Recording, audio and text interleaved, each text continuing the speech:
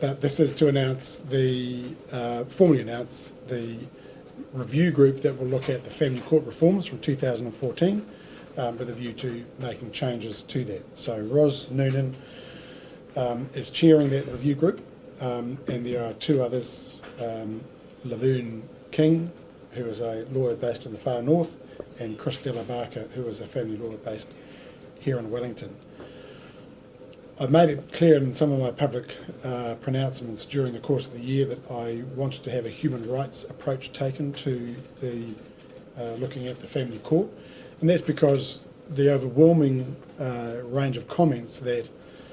I get as Justice Minister about the family court is that many women who are parties to proceedings in the court don't feel as if they are being heard, and especially women who are victims of domestic violence. Many men, fathers, are saying they don't consider that their applications to continue to play a parenting role in the lives of their child are being properly heard. And of course we know that for a lot of children, applications are taking a much longer time to sort out, and that's having an impact on them in terms of settling their care arrangements so they can kind of get on with their lives too. And I think when we look at the processes of the family court, they are the people about whom the court's decisions are most important, and we need to make sure that the court and the way it functions is properly taking those interests into account, and we want to get it right. The fact that 70% of applications to the court are without notice applications is a matter of concern. It's completely the opposite of what was intended during the time of the reforms in 2014. So we have to find a way to make that court work effectively for all those who are going before it. So the group will have a few months. My expectation is they'll get around and talk to a lot of people, including those who have been through the court in recent years, but also the advocacy groups who represent the various interests around it, and to talk to members of the profession and indeed the judiciary, and then come up with a package of changes that mean that we can get the family court operating with a degree of confidence by the community and by those who have to go through it. So in brief, what we've heard, seen, read and researched has convinced us that elements of the 2014 reforms must be changed. The challenges facing the family court and family justice services today, however,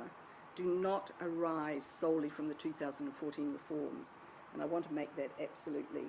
clear. And law reform alone will not address the myriad of issues that undermine confidence in the family justice services, nor reduce delays that can be so damaging for children and young people. So our report recommends changes to the law, policy and practices that currently govern family justice services. And but we've found, however, that equal access to justice for all the diverse whānau that seek assistance requires more than legal changes. So, very in brief, our principal recommendation is the development of Te Korowai Ture a Whānau, a family justice service that will ensure children, parents and whānau are treated with dignity and respect, protected, supported and empowered to make the best decisions as they work through parenting and guardianship issues.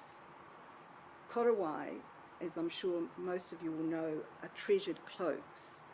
and the word symbolises the mana of the family justice service and affirms that all who draw on it for protection, support and empowerment will be treated with dignity and respect. And we did hear from people who told us that actually, never having ever been in a court before, the experience of being in the family court was like being made to feel, they felt made to feel like a criminal.